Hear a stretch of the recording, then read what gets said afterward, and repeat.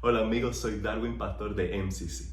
Mi oración es que el mensaje que está por escuchar contribuya al crecimiento de tu fe, te haga más semejante a Cristo y te inspira a vivir en la misión de Dios en medio de tu generación. Si de alguna manera la exposición de la palabra edifica tu corazón, háznoslo saber a través de un comentario o envíanos un mensaje.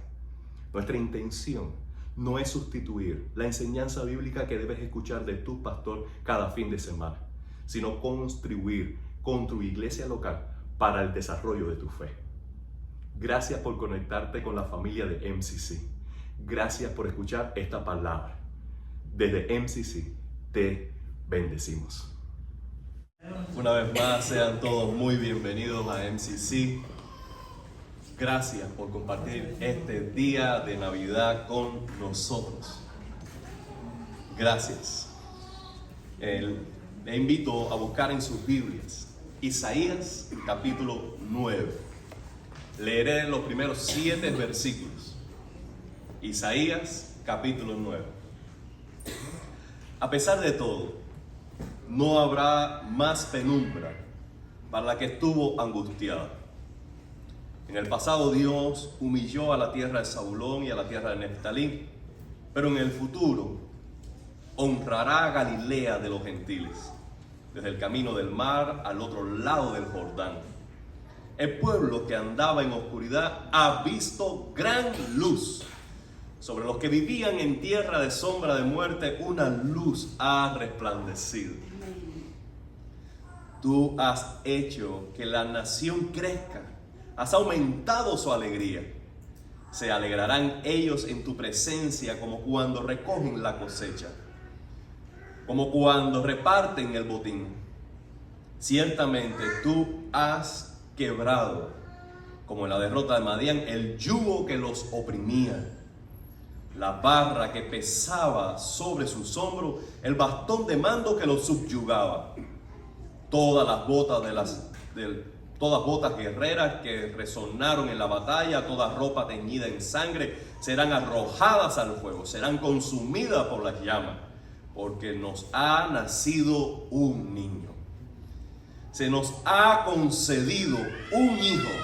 La soberanía reposará sobre sus hombros y se le dará estos nombres: Consejero admirable, Dios fuerte, Padre eterno, Príncipe de paz. Se extenderá su soberanía y su paz y no tendrá fin.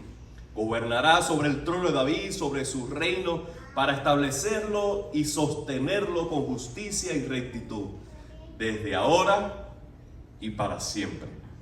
Esto lo llevará a cabo el celo del Señor de los ejércitos. Qué hermosa palabra, ¿verdad? Lo más extraordinario que podemos tener en cuenta en cuanto al contexto, a la historia alrededor de este fragmento de la Biblia, es que se está diciendo muchos, pero muchos años antes que Jesús naciera. Sin embargo, allí está relatado este gran acontecimiento: que Jesús, el Hijo de Dios, nacería en Israel para dar salvación a todo aquel que en Él creyera. Y yo quisiera que dentro de todo este contexto, dentro de toda esta historia que se nos está anunciando de la venida del Mesías al mundo, usted se quede con esta frase: un hijo nos ha sido dado. Un hijo nos ha sido dado. Padre, te doy gracias por esta tarde preciosa. Te doy gracias por cada familia que tú has tocado sus corazones para que vengan a adorarte junto a nosotros. Ahora pedimos que tu Espíritu nos ayude a comprender la hermosura de tu palabra, que podamos deleitarnos en ella, que todo nuestro ser, espíritu, alma y cuerpo pueda recibir gracia sobre gracia de parte tuya a la luz de la exposición de tu palabra. En el nombre de Jesús oramos. Amén y amén. Esdras nació en respuesta a una oración nuestra. Después de varios meses queriendo tener un hijo o una hija, nosotros decidimos orar en enero. Y en ese enero, alrededor de la segunda o tercera semana, fue nuestra oración diciendo: Señor, concédenos tener un hijo. Y como diría José Martí, pasó el tiempo y pasó un águila sobre el mar. Y al cabo de los meses, Eliané estaba embarazada. Cuando nosotros fuimos al médico y empezamos a sacar las cuentas, alrededor de a finales de enero, ella concibió a Edgar. Y damos gloria a Dios por eso. Cuánto me gozo ver estas princesas por aquí, a estas niñas y niños. Cada hijo es un regalo de Dios. Es un regalo de Dios. Y cuando es deseado, y cuando es esperado y planificado, y cuando es un hijo que tú lo estás trayendo al Señor, porque tú quieres la gracia de Dios sobre su vida, es un regalo aún mayor. La gran noticia es esta: que Dios nos amó tanto que nos ha dado su Hijo. Ahora, debemos preguntarnos lo siguiente. Primero, ¿alguien se atrevería a dar un hijo? Bueno, nosotros encontramos en la Biblia por lo menos dos casos.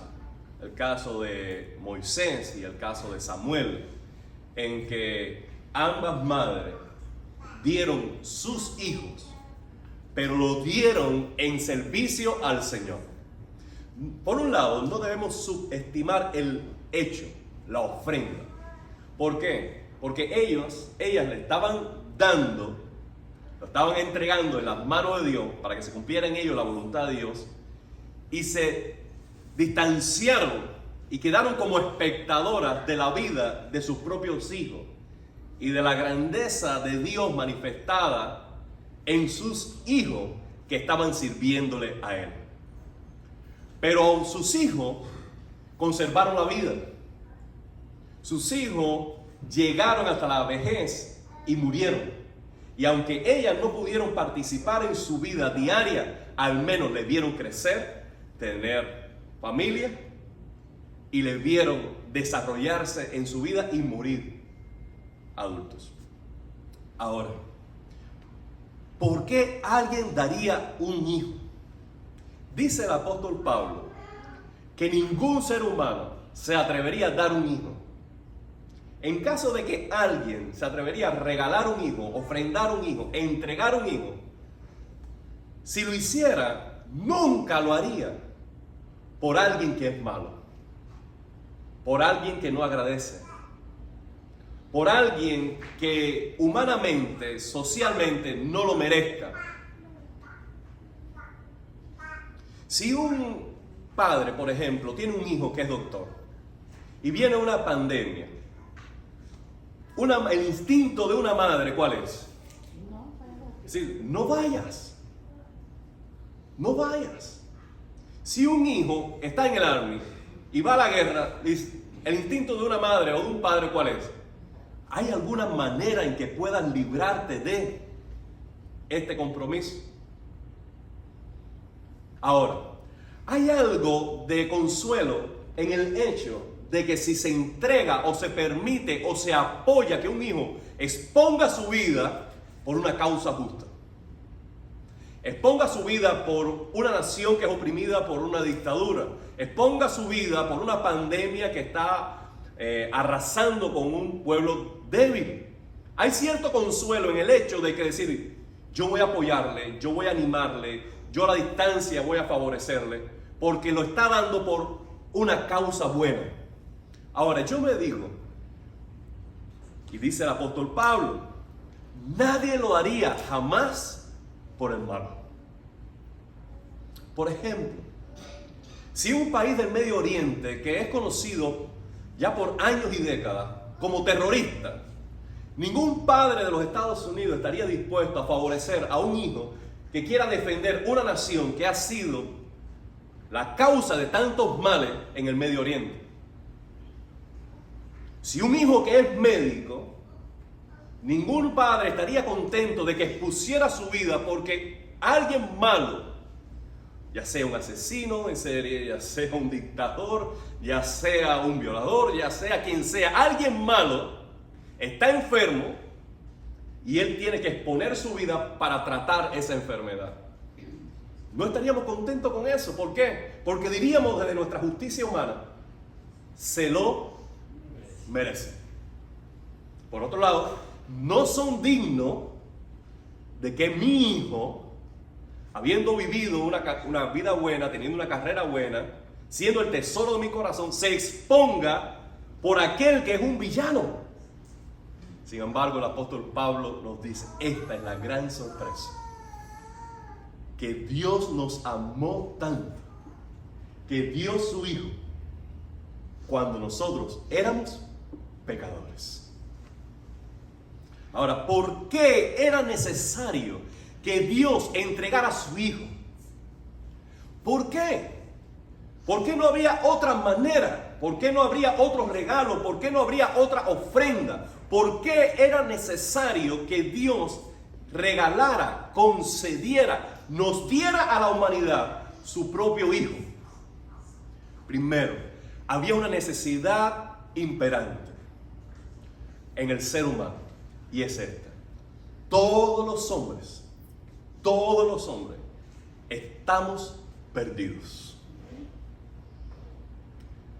Este sentido de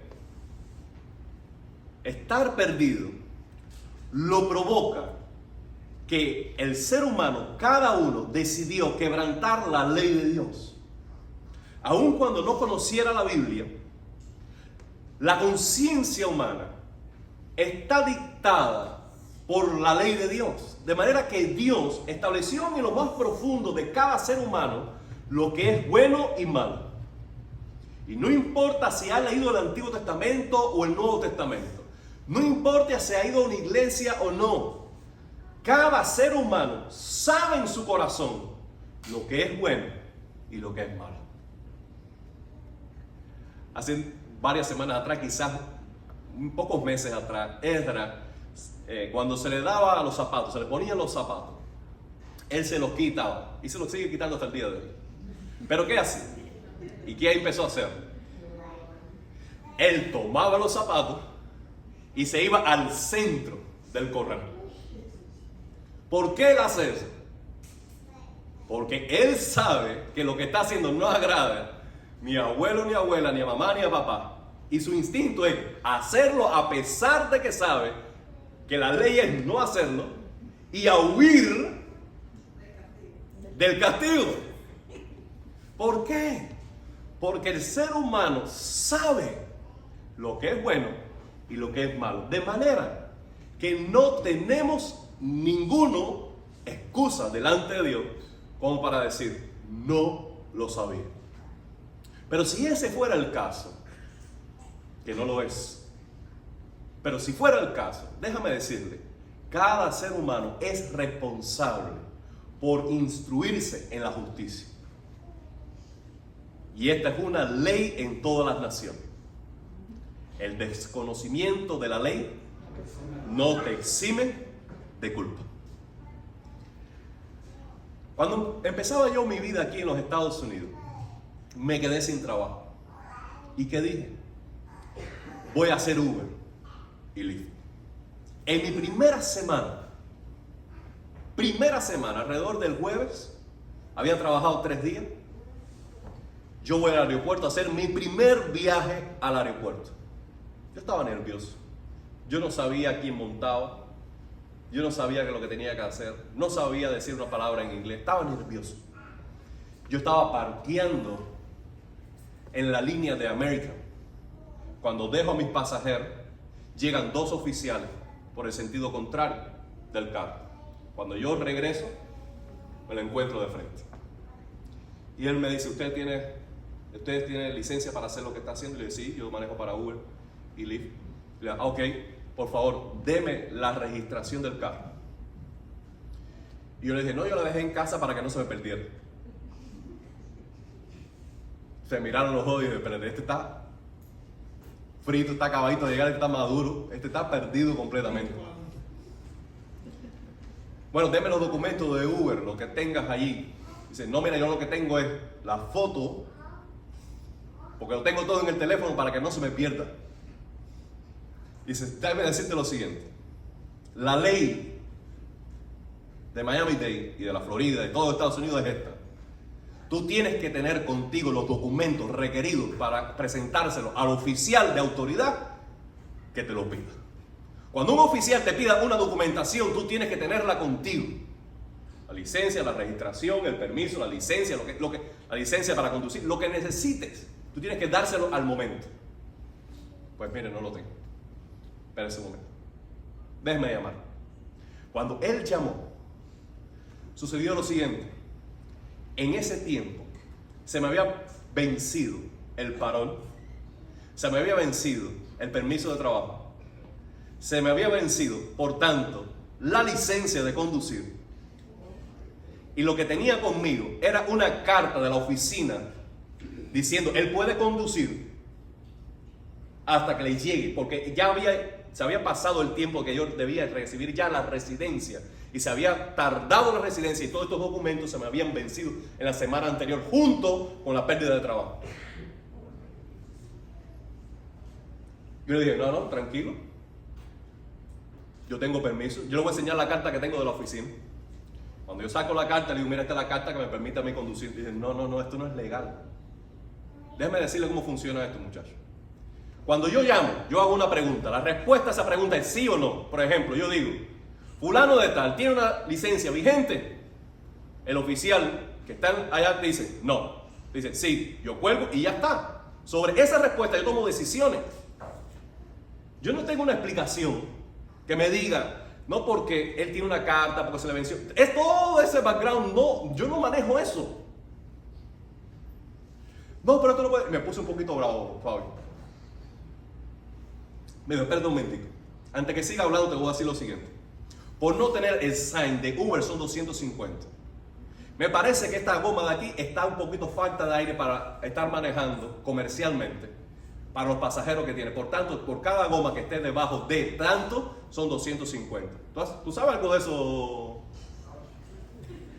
Cuando me sacó la cuenta, ya yo estaba debiendo $1,500. Y yo no sabía que estaba haciendo nada mal. No obstante, era responsable. Él se dio cuenta de que yo estaba desprovisto de cualquier orientación y me dijo, mira, déjame decirte lo siguiente. Tú debes ir a las letras pequeñas del contrato de Uber y empezar a leerte todo, o eso que no hice nunca. Leerte todo lo del contrato para que veas todas las pequeñitas letras de todas las cosas que tú tienes que tener por obligación. Porque tú eres responsable. No sabía, pues era responsable. Es más, para que sepan mi ignorancia en muchas cosas, yo hasta el día de hoy sigo discutiendo a Elianet que yo no puedo hacer una izquierda. Dice ella, yo no puedo hacer una izquierda si tengo luz verde para seguir, pero roja para hacer izquierda. Si no viene ningún carro de frente, yo digo, puedo hacer izquierda. No me lo han dado. Hasta ahora. Yo he dejado de hacerlo. Pero no estoy seguro todavía de que esté haciendo algo malo. ¿Ok? Déjame hacer lo siguiente, hermano. Delante de Dios, somos responsables de cumplir su ley. Primero, porque ya sabemos en el corazón realmente, si somos sinceros, lo que es bueno y lo que es malo. Y segundo, si no lo sabemos, somos responsables de instruirnos en su ley, porque Él es Dios y no nosotros. Él es nuestro creador, nosotros criaturas. Somos responsables de conocer a Dios y obedecerle y vivir agradándole a Él. Amén. Ahora, como hemos quebrantado su ley y hemos desobedecido sus mandamientos, la Biblia llama a eso pecado. Y hay algo que produce el pecado en el corazón del hombre. Y es que el alma muere, te distancia de Dios. Y un alma que muere te limita de la capacidad de ver a Dios, tener una relación con Dios y percibir su obrar en tu vida.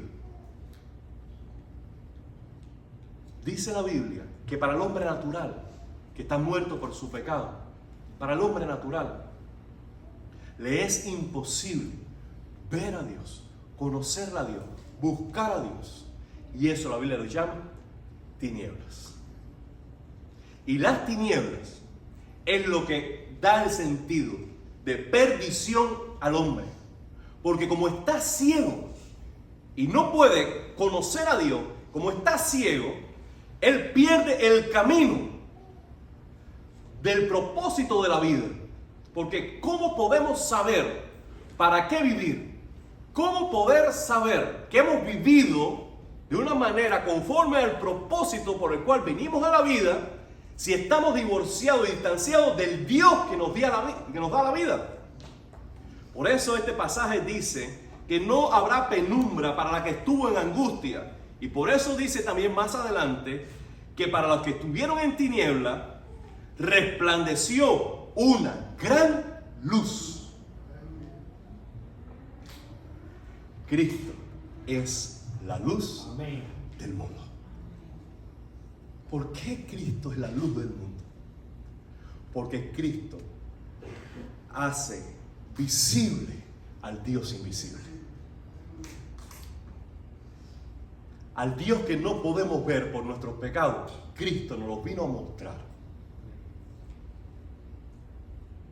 Además de eso, cuando nosotros comparamos nuestra vida a la de Cristo, cuando nosotros exponemos nuestra vida a la luz de la enseñanza, el carácter, las palabras de Jesús, los hechos de Jesús, hay en Él tanta luz que nosotros quedamos en evidencia de nuestros pecados, porque no somos como Él. No somos como Él. Por tanto, Él es la luz que arroja resplandor de la gloria de Dios a nuestras tinieblas. Y queda para nosotros clara la convicción de que somos pecadores. Pero esa luz no es condenadora, esa luz es llena de gracia, porque lo que está provocando, primero, es el reconocimiento de nuestros pecados, el reconocimiento de que estamos perdidos sin Dios, para que entonces acudamos a Él, porque Él está dispuesto para salvar. El pecado no solo provoca tinieblas, el pecado provoca angustia. Y no hay razón para vivir toda una vida en angustia por causa de nuestras desobediencias y pecados. Si tú sacas cuenta, amado hermano, la gran mayoría de nuestros males está provocada por nuestros yerros, por nuestros desaciertos en la toma de decisiones, en las relaciones que hemos contraído, en los proyectos que hemos empeñado en nuestros esfuerzos. Nuestros yerros son a veces la mayor fuente de angustia. Y Cristo vino a salvarnos, no solamente del pecado, no solamente de nuestra perdición y de nuestra ceguera espiritual. Él vino a salvarnos de la angustia de nuestros pecados, de la vergüenza, de la culpa, de la incertidumbre que provoca vivir lejos de Dios. Por eso dice, no habrá para siempre tiniebla, no habrá más penumbra para la que estuvo en angustia. Algo más hace el Señor. Era necesario que Él nos diera a su Hijo porque estábamos esclavos de nuestros pecados. Es decir, que la situación de distancia de Dios, la situación de ceguera espiritual, la situación de estar sumergido en la angustia de nuestros pecados, era una situación irreversible, insalvable en nuestros esfuerzos. Y Él rompió el yugo del pecado y nos libertó para hacernos sus hijos. Sí, Él nos dio su Hijo porque estábamos perdidos. La segunda razón que podemos decir por la cual Él nos dio a su Hijo es porque no había forma en que ninguno de nosotros pudiéramos pagar la deuda que teníamos con un Dios santo por quebrantar su ley. Desde el libro de Génesis, Dios había estipulado que para acercarse a Él debería el hombre entrar a su presencia con una ofrenda. En el libro de Éxodo se estipula todas las ofrendas que debería presentar el hombre según la falta en que había incurrido. Cuando llegamos a los Salmos, ya se cantaba diciendo: ¿con qué podré presentarme delante de Dios? ¿Qué podré ofrecer a Dios en su monte santo? Porque siempre había en la conciencia religiosa de Israel este hecho: Dios es santo, yo soy pecador, debo ofrendar a Dios por mis pecados. Ahora, nuestros pecados son tan graves delante del Dios santo que no podíamos librarnos de esa deuda ni pagando ni sacrificando aún nuestra propia vida. Dios necesitaba pagar por nosotros. Y la gravedad de nuestro pecado la podemos considerar mejor cuando vemos la necesidad de una ofrenda extraordinaria, la ofrenda del único Hijo de Dios. Dios dio a su Hijo porque era impagable eternamente para nosotros la deuda por nuestros pecados. Dios entregó a su Hijo también porque Él está comprometido con nosotros. Él no miró a otro lado. Él no nos dejó en nuestro camino,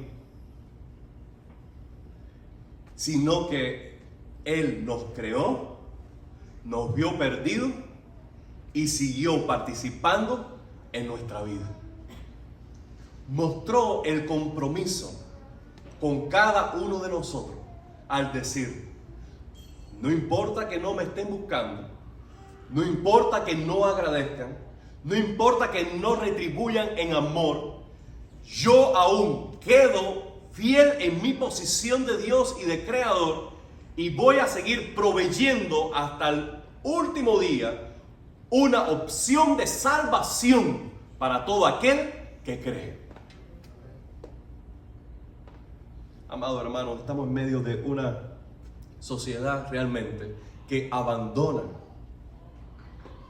en el primer indicio de riesgo en el compromiso.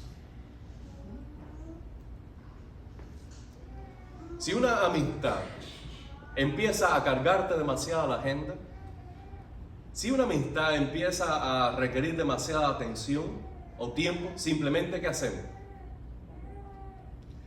No vemos los mensajes, no escuchamos las llamadas, postergamos los encuentros porque me está costando demasiado.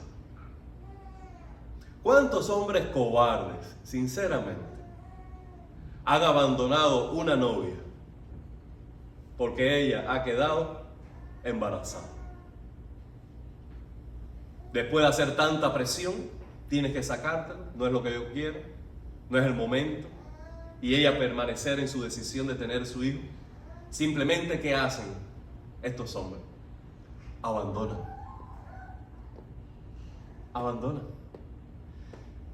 O podemos ver que cualquier hoy en día, ya sea un hombre o una mujer, luego de avanzada una relación, alguien en la relación, ya sea él o sea ella, descubre de que es tiempo para un paso mayor de compromiso. ¿No es verdad? El matrimonio. Llevamos tanto tiempo de noviazgo, ya nos conocemos, compartimos la familia. Esta relación requiere que pasemos a otro nivel.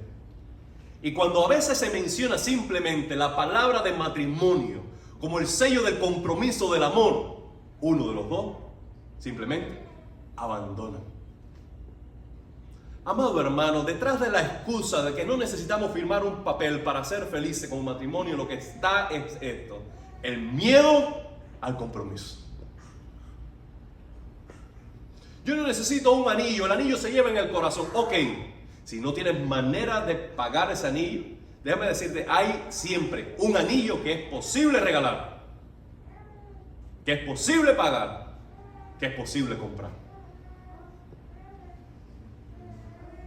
El anillo como señal del compromiso y del pacto. ¿Por qué no se hace? Porque no se está dispuesto al compromiso. ¿Y qué podemos decir de los centenares y miles de ancianos que están en homes, solos y abandonados? Porque mientras fueron útiles, mientras proveyeron algo para la familia, fortaleza, consuelo, gozo, alegría, algo de la herencia, no sé, mientras fueron útiles de alguna manera, lo conservaron consigo. Pero cuando ya no pueden, y entonces ahora se tiene que hacer responsable los hijos de esos adultos, ¿qué se hace? Simplemente, Olga, ¿qué se hace? Se abandonan, porque no estamos dispuestos al compromiso. El ser humano abandona, pero Dios ha dicho esto: no te dejaré, no te desampararé, contigo estaré siempre. Aunque padre y madre te dejaren, con todo Jehová me recogerá. ¿Qué está diciendo el salmista? En la vida todos son susceptibles a abandonarte en un momento dado. Aún la lealtad más sublime en la vida es de padre a hijo. Y si aún esa lealtad te faltare, dice Jehová, con todo, yo nunca lo haré. Porque Dios no abandona. Dios no abandona. ¿Por qué? Porque Él está comprometido. Y Él ha mostrado su compromiso con tu situación, su compromiso con tu alma, su compromiso con tu destino, su compromiso con tu vida, dando a su Hijo. Y Él dice: yo estoy comprometido contigo a tal punto que no escatimo dar mi Hijo por ti. Bendito tú eres. Tú tienes que sentir en tu corazón la seguridad que brinda que Dios ha dado su Hijo por tu vida. Porque Él te ama. Ahora nosotros podemos decir: el Hijo nos ha sido dado. ¿Cómo se nos dio?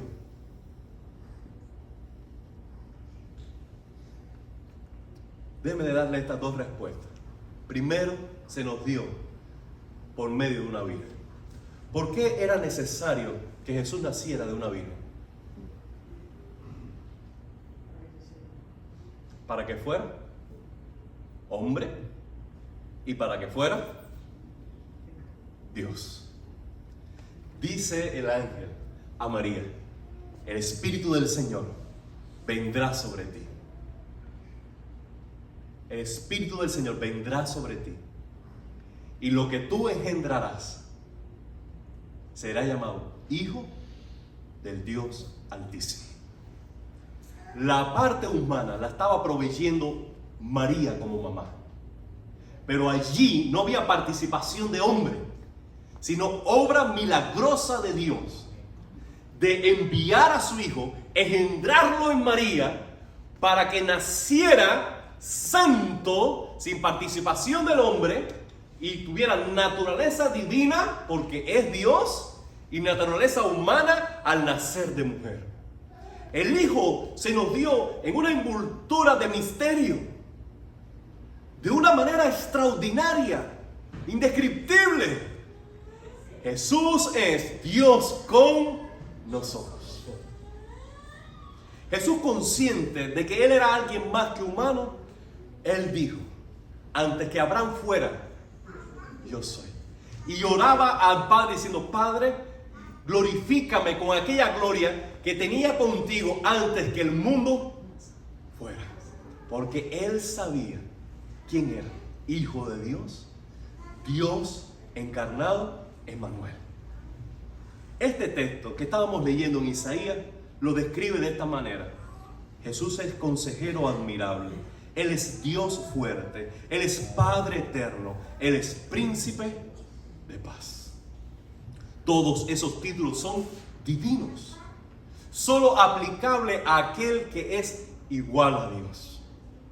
Como se nos dio al Hijo, se nos dio en una envoltura de humildad, de sencillez, de pobreza humana, pero de riqueza divina.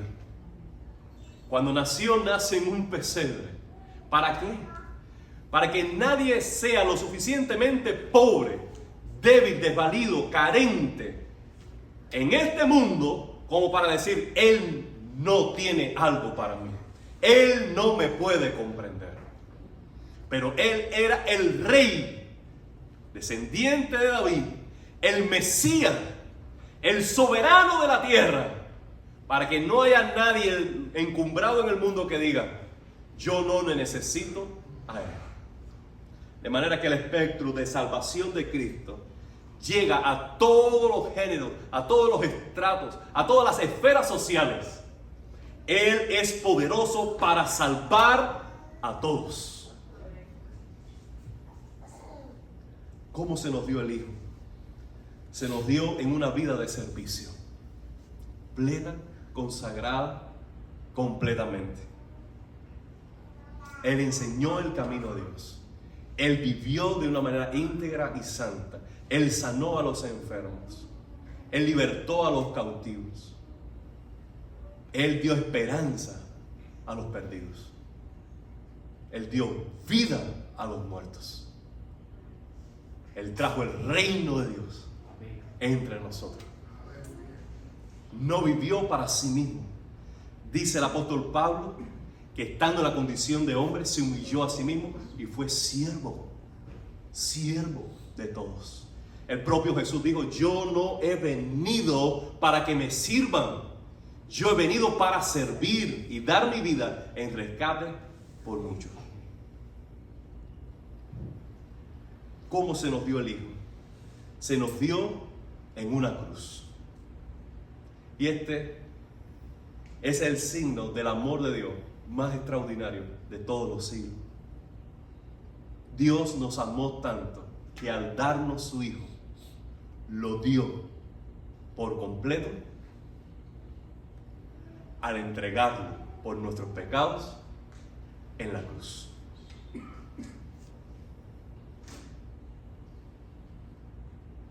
Amado hermano, esta es la gran sustitución que hizo Dios en la cruz.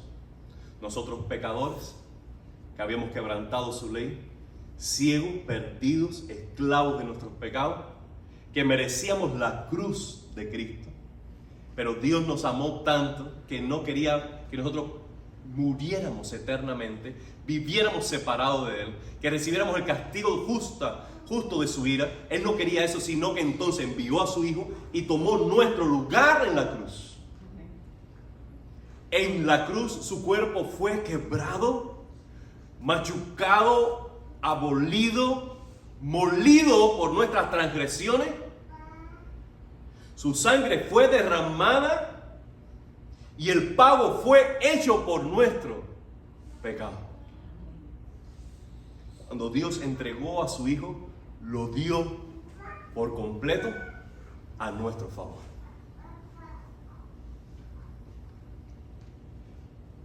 Ahora, la frase que le estaba mencionando, un hijo nos ha sido dado. Yo quisiera preguntarle, ese nos, ¿a quién incluye? Ese nos, ¿a quién incluye? Juan 3:16 dice, para que todo aquel que en Él cree no se pierda, mas tenga vida eterna. Y el propio Jesús dijo, todo aquel que quiera venir, venga. Todo el que tenga sed, venga y beba. Todo aquel que tenga hambre, venga y coma, y será saciado. Por eso yo le invito a inclinar su cabeza en esta hora y medite por un momento en esta ofrenda del amor de Dios y dé gracias por su amor. De gracias por su ofrenda. De gracias por su regalo.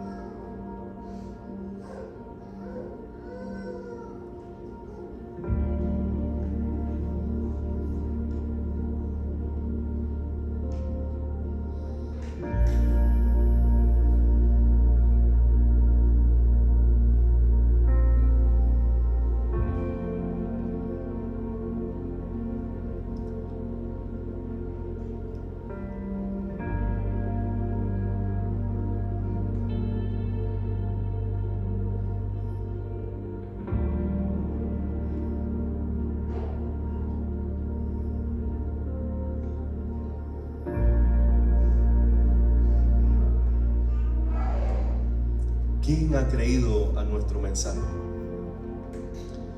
¿Y a quién se le ha revelado el brazo del Señor? Creció en su presencia como vástago tierno, como a raíz en una tierra seca. No había en él belleza ni majestad alguna, su aspecto no era atractivo y nada en su apariencia lo hacía deseable. Despreciado y rechazado por los hombres, varón de dolores, habituado al sufrimiento. Todos evitaban mirarlo.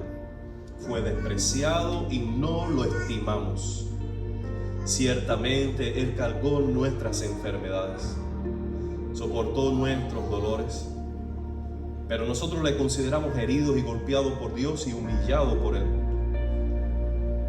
Él fue traspasado por nuestras rebeliones, molido por nuestras iniquidades.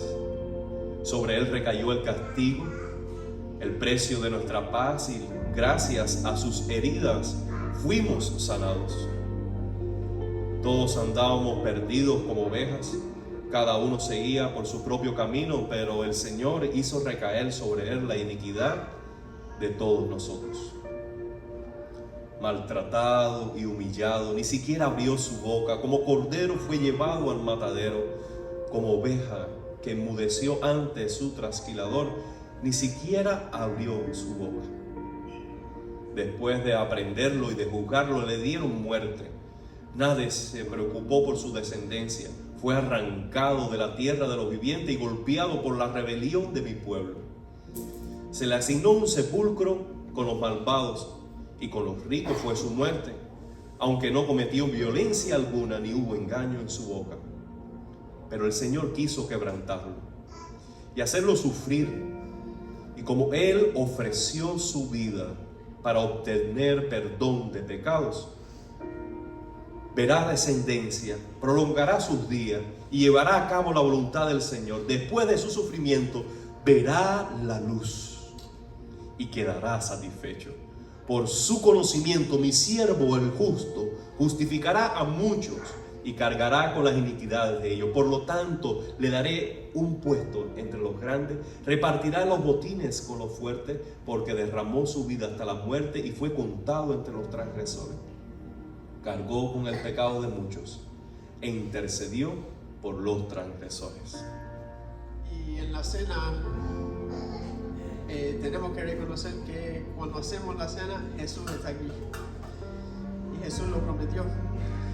Y en la cena tenemos dos símbolos que Él nos deja, que es el pan, que representa su cuerpo, que fue quebrantado por nosotros, y como dice el pasaje que leyó el pastor ahora, versículo 4 de Isaías 53, ciertamente Él cargó con nuestras enfermedades y soportó nuestros dolores, pero nosotros lo considerábamos herido, golpeado por Dios y humillado.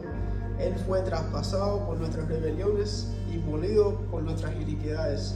Sobre Él recayó el castigo, precio de nuestra paz, y gracias a sus heridas fuimos sanados. Entonces Él en la cruz fue que Dios quebró su cuerpo en la cruz y ese es el símbolo del pan en la cena. También tenemos el símbolo del vino y el vino es la sangre de Cristo. Y como dice Juan en 1 Juan, versículo 7, pero si vivimos en la luz, así como Él está en la luz, tenemos comunión unos con otros. Y la sangre de Jesús, su Hijo Jesucristo, nos limpia de todo pecado. Entonces, Jesús en la cruz fue traspasado, fue quebrantado en la cruz, pero su sangre es lo que nos limpia de todo pecado. Entonces, esos son los dos símbolos: el pan siendo su cuerpo y su sangre siendo el vino en este día. Hermanos, por favor, todos los que han sido bautizados en el nombre del Padre, del Hijo y del Espíritu Santo, por favor, párense en este momento y van a recibir las copas.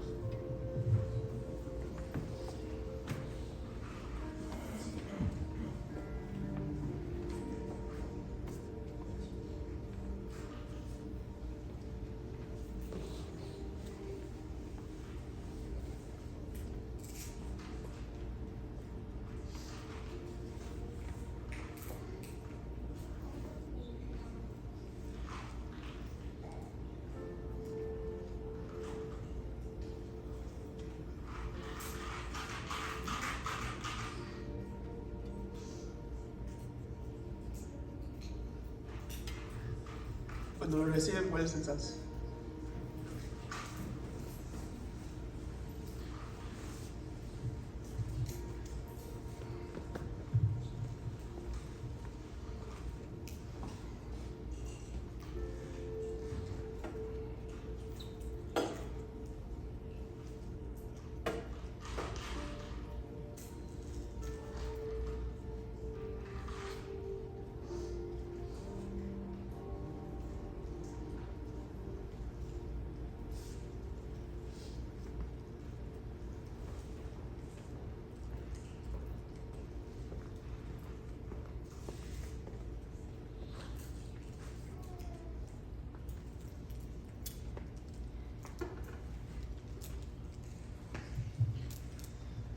Dice así la palabra del Señor: yo recibí del Señor lo mismo que le transmití a ustedes, que el Señor Jesús, la noche en que fue traicionado, tomó pan y después de dar gracias lo partió y dijo: este pan es mi cuerpo que por ustedes entregó. Hagan esto en memoria de mí. De la misma manera, después de cenar, toma la copa y dijo: esta copa es el nuevo pacto en mi sangre. Hagan esto cada vez que beban de ella en memoria de mí. Porque cada vez que coman de este pan y beben de esta copa, proclaman la muerte del Señor hasta que Él venga. Por lo tanto, cualquiera que coma el pan o beba de la copa del Señor de manera indigna será culpable de pecar contra el cuerpo y la sangre del Señor. Así que cada uno debe examinarse a sí mismo antes de comer el pan y beber de la copa. Porque el que come y bebe sin discernir el cuerpo, come y bebe su propia condena. Por eso hay entre ustedes muchos débiles y enfermos, e incluso varios han muerto. Si nos examináramos a nosotros mismos, no se nos juzgaría. Pero si nos juzga el Señor, nos disciplina para que no seamos condenados con el mundo.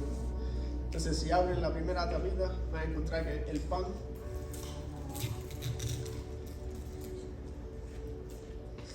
Y como dijo el Señor Jesús, este pan es mi cuerpo que por ustedes fue entregado.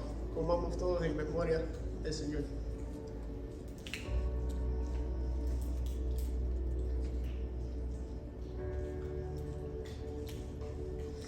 Si abren la segunda tapita, van a encontrar el vino. Y esta copa es el nuevo pacto en mi sangre. Hagan esto cada vez que beban de ella. Bebamos todos en memoria de nuestro Señor.